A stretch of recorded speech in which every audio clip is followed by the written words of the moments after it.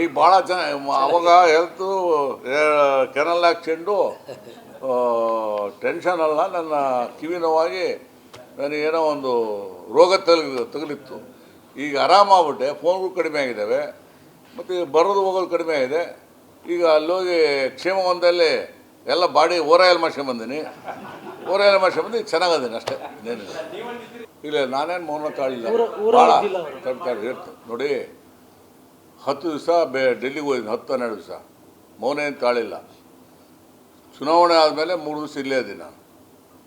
ಬಂದವರಿಗೆ ಹೋದವರಿಗೆ ಕಾರ್ಯಕರ್ತರು ಅವರ ಅಳುಲಿರ್ಬೋದು ಅಥವಾ ಅವರ ನೋವು ಬಂದಿರೋದು, ಸಂಕಟ ಬಂದಿರೋದು ಅಥವಾ ಅವ್ರಿಗೆ ಸಮಾಧಾನ ಮಾಡೋದು, ಇವೆಲ್ಲವನ್ನು ಕೂಡ ಮಾಡಿ 3 ದಿವಸ ಆದಮೇಲೆ 1 ದಿವಸ ಊರಿಗೆ ಹೋಗಿ ಅಲ್ಲಿಂದ ನಾನು ನಮ್ಮ ಮನೆಯವರು ಇಬ್ಬರು ಕೂಡ 10-12 ದಿವಸ ಡೆಲ್ಲಿಗೆ ಹೋಗಿ ಅಲ್ಲಿ ನೂತನ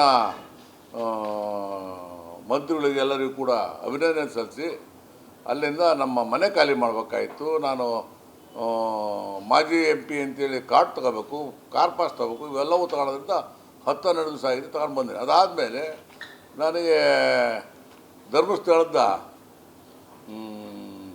ಕ್ಷೇಮವನ ಅಂತಿದೆ ನೆಲಮಂಗಲ ಹತ್ರ, ಅಲ್ಲಿ ನಮ್ಮ ಬೀಗರು ಬುಕ್ ಮಾಡಿಸ್ಬಿಟ್ಟಿದ್ರು ಒಂದು 10 ದಿವಸ 11 ದಿವಸ ಇರೋಣ ಅಂತ. ಅಲ್ಲೋಗಿದ್ವಿ, ಅಷ್ಟು ಬಿಟ್ಟರೆ ಆಮೇಲೆ 5ನೇ ತಾರೀಕಲ್ಲಿ ಹುಟ್ಟಿದ ಹಬ್ಬನ ನನ್ನ ಮಕ್ಕಳು ಅವರೆಲ್ಲರೂ ಕೂಡ ಬೆಂಗಳೂರಾಗೆ ಮಾಡಿದರು.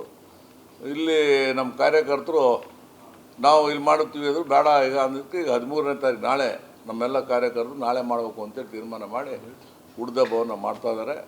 ಅದನ್ನು ಬಿಟ್ಟು ಇನ್ನೇನು ನಾನು ಯಾವುದೋ ಅವಸ್ಕಂಡಾಗಿಲ್ಲ, ಇನ್ಯಾವುದಕ್ಕೂ ಮರೆ ಮಾಚಿಲ್ಲ, ಏನೂ ಇಲ್ಲ. ನಾನು